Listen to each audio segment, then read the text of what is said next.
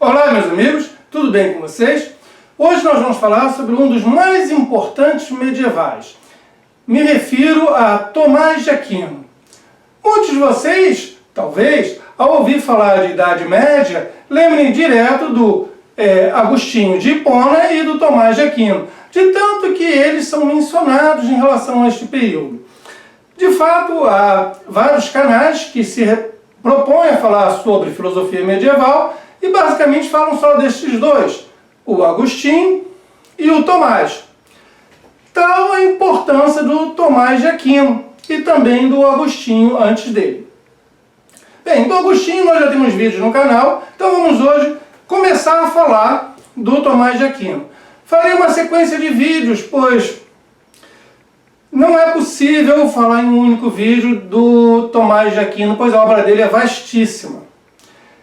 E apesar de eu ter verificado que vários canais trabalham basicamente as 5 vias do Tomás, não penso que seja o mais interessante para que vocês tenham uma informação o mais completa possível sobre esse autor. Então vamos fazer uma sequência de vídeos, este será o primeiro. Tomás de Aquino nasce em 1225, vem a falecer em 1274.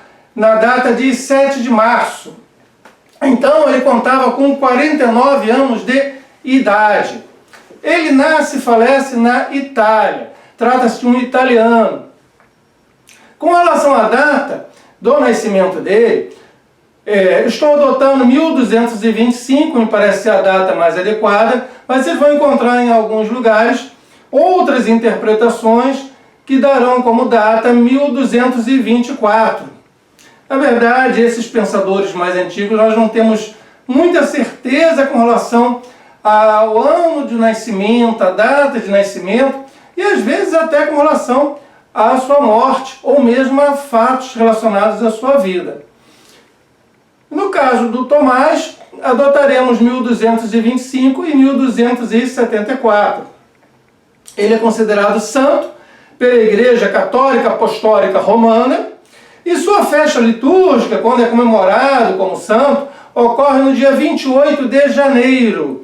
Esta data não é a data de seu falecimento, mas sim a data em que as suas relíquias, ou seja, os restos mortais, seu corpo, as suas relíquias foram transladadas para a cidade de Toulouse. O Tomás, como eu falei, é um autor de muitas e muitas obras. Consta-se mais de 60 obras de sua autoria, dentre as quais as mais importantes são duas: a Suma contra os Gentios e a Suma Teológica. Quando a gente fala em Suma, na verdade é uma compilação que o autor faz, é uma junção de tudo que veio antes dele, de toda a tradição, em que ele dá uma organização própria, especial sua. Mas na verdade é uma organização de vasto material anterior a ele, de outros autores. Então, vale a pena, se você tiver um interesse todo particular em Tomás de Aquino, a leitura dessas duas obras, a Suma contra os Gentios e a Suma Teológica. Ele pertence a uma ordem religiosa, a ordem dos dominicanos. Trata-se de uma ordem mendicante. Ou seja, eles fazem um voto de pobreza. E ele ingressa nesta ordem com 19 anos de idade. Veja, ele é o filho mais novo de uma família de nobres. A família vivia em um castelo, próximo de Aquino. Daí o sobrenome dele, que na verdade nem é sobrenome, é Tomás de Aquino, ou seja, do vilarejo da cidade de Aquino. O Tomás, por ser o filho mais jovem de uma família nobre, ele não herdaria o castelo, as propriedades. Caberia a ele o ingresso na vida religiosa. Então isso já estava definido pelos pais, muito antes dele ingressar em qualquer ordem religiosa. Só que os pais, por serem nobres, têm um certo poder, status social, eles queriam que o filho ingressasse na ordem dos beneditinos. Já havia um familiar nesta ordem, ocupando um cargo de relevo. Eles esperavam que o filho fosse substituir, ou fosse ser abade tá? Dentro da ordem dos beneditinos. Questão de status, de poder, que não se encontraria na ordem dos dominicanos, que é uma ordem de mendicantes, que defende a pobreza. Então, os seus pais foram contra. Aliás, desculpe, eu falei os seus pais. Vamos trocar os seus pais por a família. A família foi contra o ingresso dele na ordem dos dominicanos. Queria que ele ingressasse sim numa ordem religiosa, mas dos beneditinos. Por que ainda há pouco eu falei, não vou usar a expressão pais e sim a família? Porque na verdade o pai falece cerca de um ano antes dele ingressar na ordem. Então, é a sua mãe que domina a família, que controla a família. Seu pai já havia falecido. Se bem que, veja, ele foi preparado para a vida religiosa. Aos 5 anos de idade, ele ingressa no mosteiro beneditino para estudar, completar os seus estudos. Tá? Então, desde os 5 anos de idade, ele já estava dentro de ordens religiosas estudando. Mas voltemos aqui ao ponto onde paramos.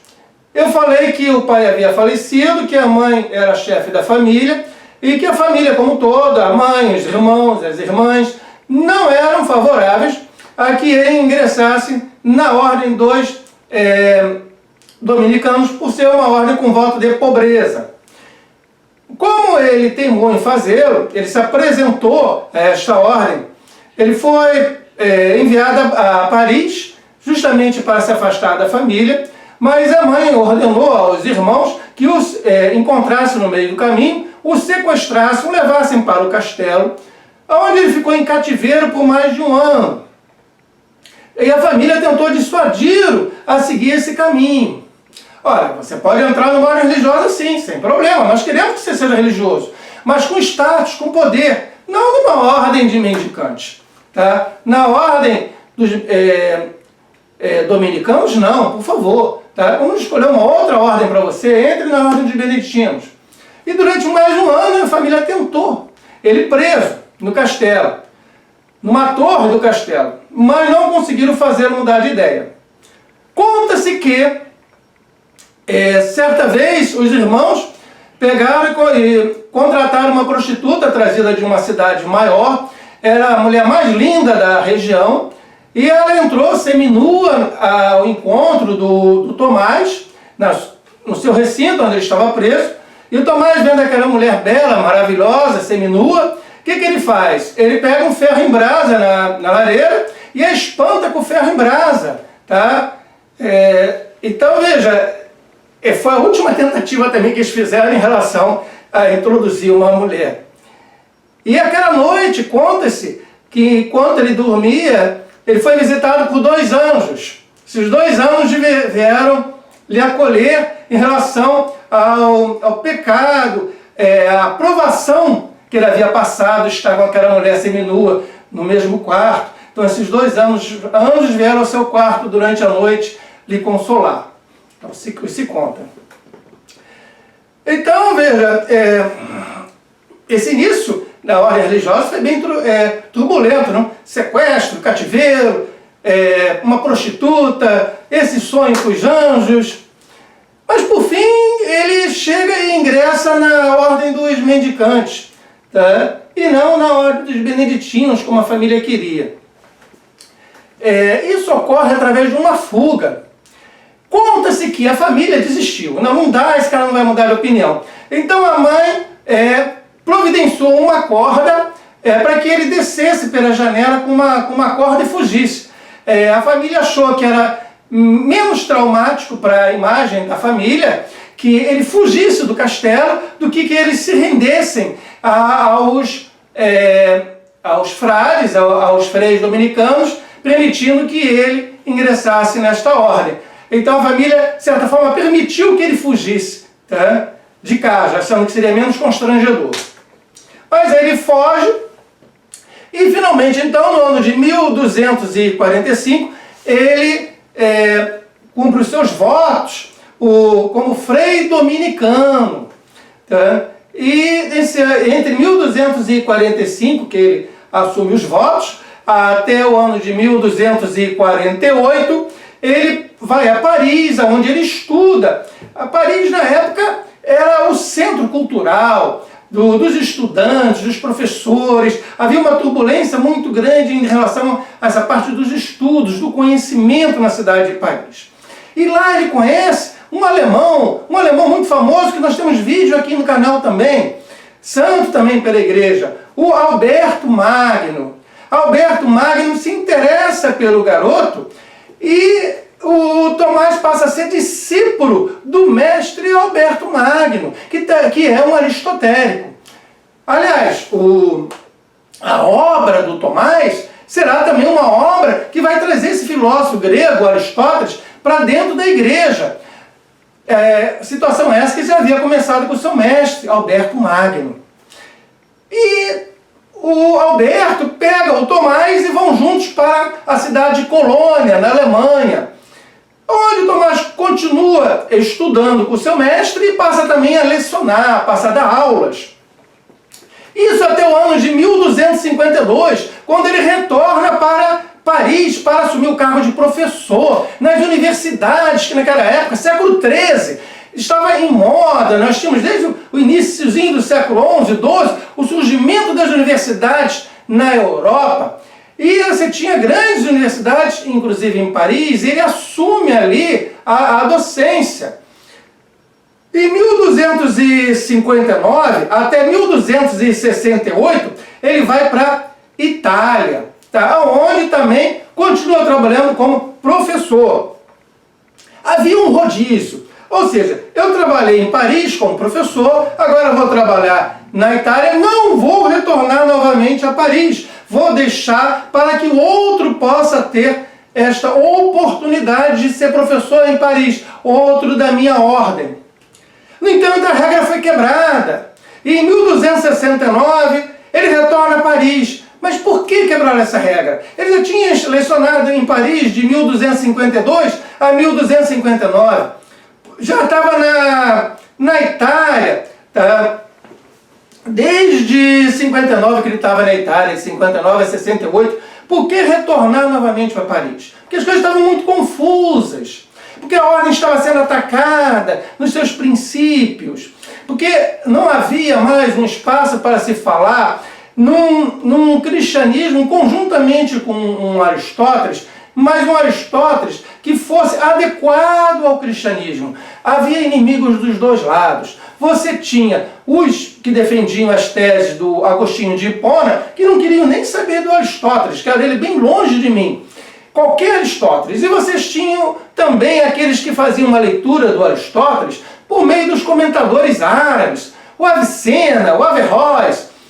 E esses não tinham moderação. Acabava sendo uma leitura contrária a muitos dos dogmas cristãos. E a ordem dos dominicanos estava enfrentando então dificuldades nessa turbulência intelectual que estava havendo em Paris. E aí chama já o conhecido, o famoso Tomás de Aquino, que já tinha experiência, para retornar a lecionar em Paris e tentar colocar um pouco de ordem na casa. E ele fica lá um pouco, mas em 1272 ele resolve ir para Nápoles, recebe ordens dos seus superiores e vai para Nápoles, na Itália. E em 1273 ocorre um fato muito pitoresco na vida do Tomás. No mês de dezembro. No mês de dezembro de 1273, ele tem uma visão mística. Dizem até, há relatos, que ele estava até meditando e levitando, o seu corpo levantou do chão. Há relato de outros monges que afirmam isso. Tá? E, inclusive, que a imagem de Jesus que estava no crucifixo falou com ele nessa ocasião. Mas isso são relatos da tradição. Afinal, ele é santo, tem que ser os seus milagres. Esse ano de 1273, ele tem então essa experiência mística no mês de dezembro. E chega para a pessoa que o acompanhava, o seu secretário particular, quem editava os livros que ele escrevia, e diz que vai parar de escrever, eu não vou escrever mais nada. Ele estava para terminar a Suma Teológica. Falou, não vou terminar mais a Suma Teológica, não. encerrei. Ó, tudo que eu escrevi até agora não passa de um monte de palha. E ele para de escrever até o dia do seu falecimento. Ele não voltou mais a escrever. A Suma Teológica acabou sendo completada, mas pelo seu secretário, que ele tinha já o roteiro do que o Tomás de Aquino iria escrever, e baseado nesse roteiro e aproveitando textos anteriores do Tomás de Aquino, coisas que o Tomás tinha escrito antes, ele completou a Suma Teológica. São vários livros. Então veja, em 1274, cerca de um ano depois dele ter decidido, o ano seguinte que ele decidiu que não iria mais escrever, o Papa Gregório X, preocupado em reunificar a Igreja, o Ocidente e o Oriente, organiza um concílio, o Concílio de Lyon, e chama duas grandes autoridades da Igreja naquela época. Uma da ordem dos dominicanos, que é o Tomás de Aquino, e pede que o Tomás leve parte de sua obra para lá. E a outra é o Boaventura, também santo, São Boaventura, que é da ordem dos franciscanos, tem uma leitura mais pautada no Agostinho, se bem que também conheça o Aristóteles. E os dois se direcionam ao Concílio de Leão. Eles vão a pé, ou no máximo montados em burros, por causa do voto de pobreza. E é muito interessante porque com relação aos dois, até hoje você vai encontrar alguns escritos, tanto sobre o Tomás, tanto sobre o Boaventura, a suspeita de assassinato. Por quê? O Boaventura chega no Concílio de Lyon, participa do concílio, e assim que o concílio termina, ele morre misteriosamente, como se tivesse sido envenenado. E, por sua vez, o Tomás de Aquino, a caminho do concílio, ele não chega ao concílio, a caminho do concílio, ele sofre também um mal súbito e vai se abrigar num mosteiro e acaba morrendo também.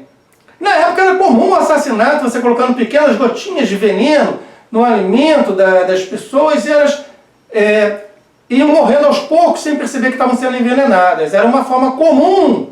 O Maquiavelli mesmo vai falar disso em O Príncipe, na questão do assassinato. Era comum entre os governantes.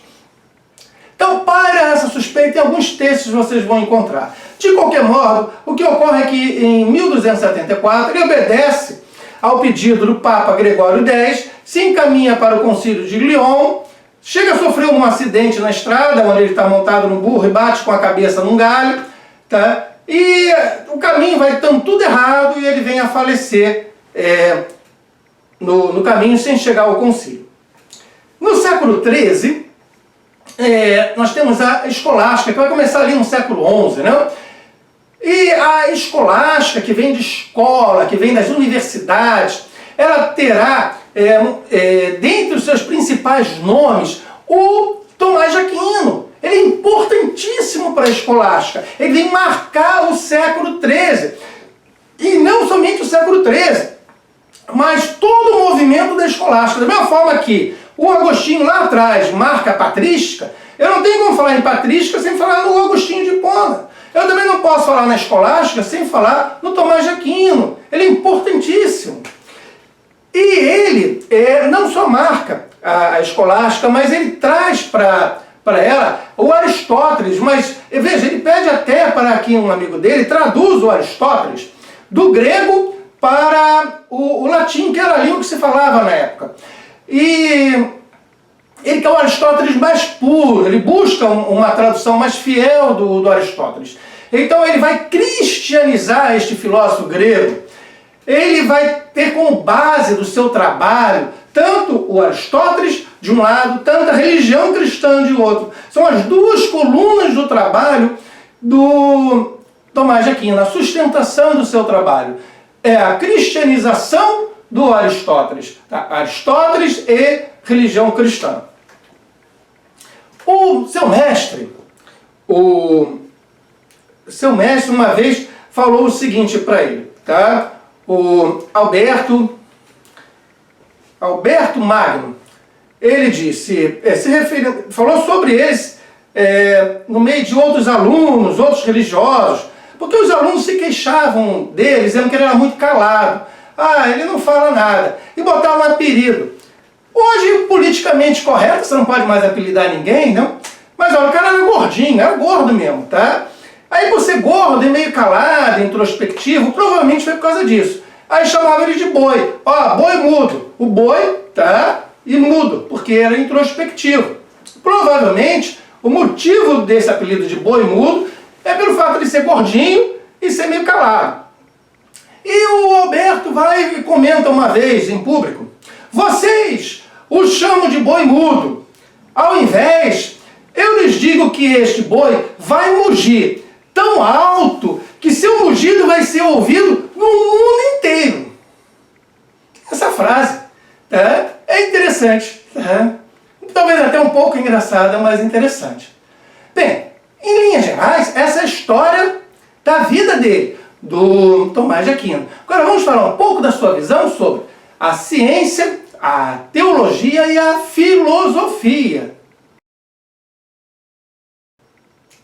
Comecemos pela ciência. Pela palavra ciência, pelo termo ciência, ele entendia basicamente todos os conhecimentos que você poderia estudar, que você poderia obter, dentre os quais a disciplina da filosofia e também a teologia. A teologia era considerada uma das ciências. Então, todos os saberes reunidos formam o quê? A ciência. Bem diferente do que nós consideramos hoje por ciência, que está vinculada a um método científico, não é mesmo? Então, veja, a filosofia, para o Tomás, a questão da novidade dele, é que ele dá mais liberdade à filosofia do que os seus anteriores, os pensadores anteriores a ele. Mas ele continua considerando a filosofia como subordinada à religião cristã. Mas, apesar disso, ela tem um campo próprio, ela tem um local de trabalho da filosofia, que é da filosofia, não é da religião. Aqui é da filosofia, é onde ela é a autoridade. E ele vê que a teologia, ela há de prosseguir os seus estudos de onde para a filosofia.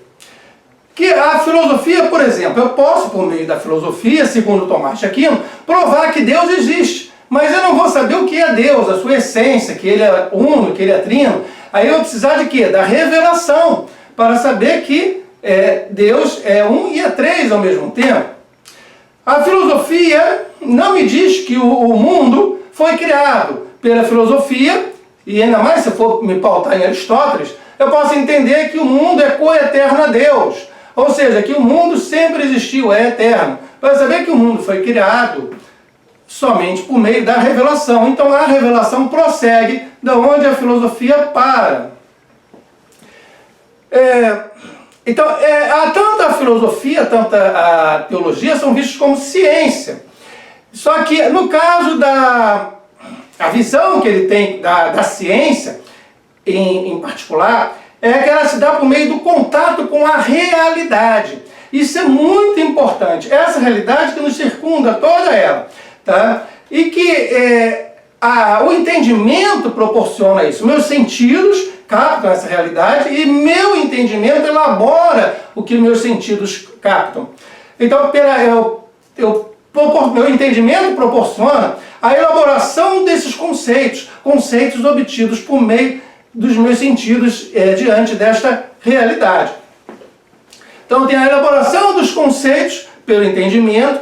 Eu tenho também que não existem ideias inatas. Lembra do platonismo? Tem ideias inatas, a ideia de Deus. Não.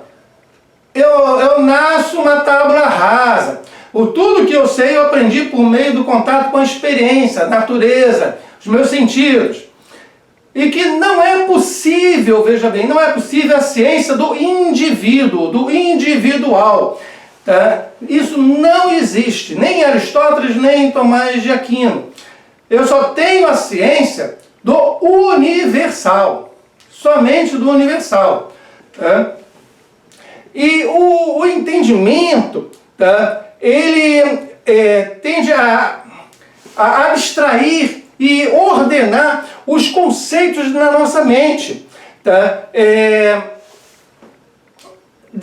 esses conceitos eles provêm da realidade, a realidade à nossa volta. E por meio desse meu entendimento, eu vou abstrair, eu vou organizar esses conceitos dentro da minha mente. Então essa realidade que se forma na minha mente, essa realidade mental, ela tem de corresponder, tem de haver uma correspondência dessa realidade mental com a realidade ontológica no sentido de existência, de existir. Então deve haver uma correspondência. Ou seja, isso aqui está na minha mente, mas isso que está na minha mente corresponde a alguma coisa que está no mundo real, no mundo dos sentidos, no mundo empírico. Tá? Ele entende que a filosofia, a visão dele, Tomás de Aquino, de filosofia, sofre diversas influências de pensadores anteriores, não é só do Aristóteles, não. Tá? Veja, ele sofre influência dos filósofos, os neoplatônicos, tá? E ele sofre influência do Platão, do Agostinho de Hipona, em particular do Agostinho de Hipona. Há quem diga que o Tomás de Aquino foi o mais platonizante dos aristotélicos. Tá? E ele sofre influência do Pseudo Dionísio, nós temos vídeos sobre o Pseudo Dionísio no canal. E claro, do Aristóteles, que eu estou falando o tempo todo, tá? Também ele lê os comentadores árabes do Aristóteles, em particular o Avicena e o Averroes, se bem que discorda de parte das interpretações deles. Ele sofre, claro, está em muita influência da religião cristã. Tá? Afinal de contas, ele é um homem religioso. Então, veja, vamos tentar juntar tudo isso. Se a gente pensar em termos do filósofo Platão, e da igreja também, a igreja católica, apostólica, romana, o conhecimento todo se dá de cima para baixo. Tá? Tanto na visão do Platão, do neoplatonismo, da igreja, mesmo que a igreja sofre uma influência muito forte do neoplatonismo, o conhecimento vem de cima para baixo. Olha, o que eu quero dizer com isso? O uno. Do uno eu tenho os múltiplos. Tá? Plotino fala do uno, então do uno eu tenho os múltiplos. Da perfeição, do perfeito, do mundo das ideias de Platão, eu tenho o quê? Eu tenho o imperfeito, eu tenho as diversas cópias. Nós somos cópias do mundo das ideias. Isso é Platão. E Deus é o Criador. Então, a partir do Deus Criador, eu tenho toda a criação. Então eu vou de cima para baixo. É um movimento descendente. Aristóteles é tudo diferente disso. O movimento de Aristóteles é de baixo para cima. É ascendente. Eu observo o diverso à minha volta, o múltiplo, essa multiplicidade de cores, sabores, coisas, tudo que está à minha volta. E desta multiplicidade, eu chego a um ser único, tá? Mas é do múltiplo que eu chego ao uno. Dos meus sentidos, diante desse mundo que me circunda, eu percebo que a multiplicidade dos seres. Não tem um ser único, são vários à minha volta.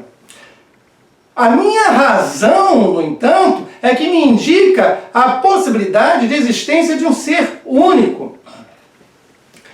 E o mundo, segundo Aristóteles, ele não é eterno. Não há criação em Aristóteles. O mundo existiu para sempre e continuará existindo. O mundo é eterno. Tudo é eterno, a matéria é eterna. O Tomás de Aquino, como é que ele se vê então nesse meio, já que ele quer o Aristóteles e está dentro da tradição cristã neoplatônica? Segundo o Tomás de Aquino, a coisa funciona da seguinte forma. Eu tenho um Deus que é criador, tá? Esse seria o Deus real. Vamos fazer uma diferença entre o Deus real e o Deus nominal. O Deus real é o Deus criador. Eu tenho o quê? Eu tenho a revelação, a teologia, os escritos sagrados, a fé, a graça. Eu venho de cima para baixo. Estou dentro da abordagem da igreja, do neoplatonismo e do Agostinho de Hipona. De cima para baixo. Então, a questão do Deus criador, ela vem por meio da revelação. Tá? Eu estou falando da essência de Deus. Então, estou falando do Deus real. Mas há também o Deus nominal, que eu obtenho por meio da filosofia. E a partir de quê? Da observação da criação. Então, da observação de toda a minha volta, de toda essa criação, eu chego à conclusão que Deus existe. E em outro vídeo eu vou explicar como que ele chega a essa conclusão por meio das 5 vias. Tá? Mas por enquanto, para isso não ficar muito longo, vamos deixar para um outro vídeo. Vamos entender só isto. Existem 2 formas de eu compreender Deus. Deus real e Deus nominal. A essência de Deus eu obtenho por meio da revelação. Essa revelação cristã se dá por meio do Deus real. O Deus nominal, tá? E que também é denotativo, eu obtenho por meio da razão, que é saber que Deus existe. Vai ter sequência, claro, tá? Falta um mundo inteiro ainda em relação a coisas sobre o Tomás de Aquino. Mas eu espero que você tenha gostado até aqui. Deixa o teu comentário, é muito importante para mim saber o que você está pensando em relação a esses vídeos. Olha, meus amigos, muito obrigado por me acompanharem até aqui e até o próximo vídeo. Ó, até mais!